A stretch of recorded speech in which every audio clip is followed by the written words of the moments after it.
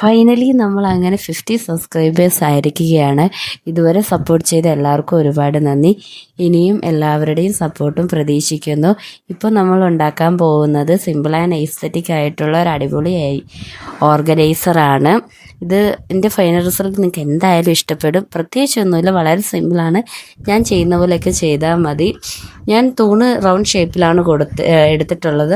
അതുകൊണ്ടാണ് ആ ഒരു 2 ബേസിൻ്റെയും സൈഡ് ഞാൻ അങ്ങനെ റൗണ്ടിൽ കട്ട് ചെയ്തിട്ടുള്ളത്. നിങ്ങൾ റൗണ്ട് ഷേപ്പ് അല്ലെങ്കിൽ നിങ്ങൾ സ്ട്രെയിറ്റ് ആയിട്ടാണെങ്കിൽ അവിടെ അങ്ങനെ കട്ട് ചെയ്യേണ്ട ആവശ്യമില്ല, അല്ലാതെ തന്നെ ഒട്ടിക്കാവുന്നതാണ്.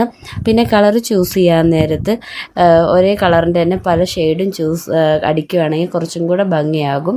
തൂണിൽ ഞാൻ ആദ്യം വൈറ്റ് പെയിൻറ്റും അതിന് ശേഷം സിൽവർ കളറും കൂടിയാണ് അടിച്ച് കുറച്ച് ബീഡ്സൊക്കെ നമുക്ക് ഒട്ടിച്ചു കൊടുക്കാം. എങ്ങനെയുണ്ട് ഫൈനൽ റിസൾട്ട്? ഇഷ്ടമായോ എല്ലാവർക്കും? ഇഷ്ടപ്പെട്ട ലൈക്കും കമൻറ്റും ഒക്കെ ചെയ്യണേ. പിന്നെ സബ്സ്ക്രൈബ് ചെയ്യാൻ മറക്കില്ലല്ലോ. വീണ്ടും കാണാം. ബൈ.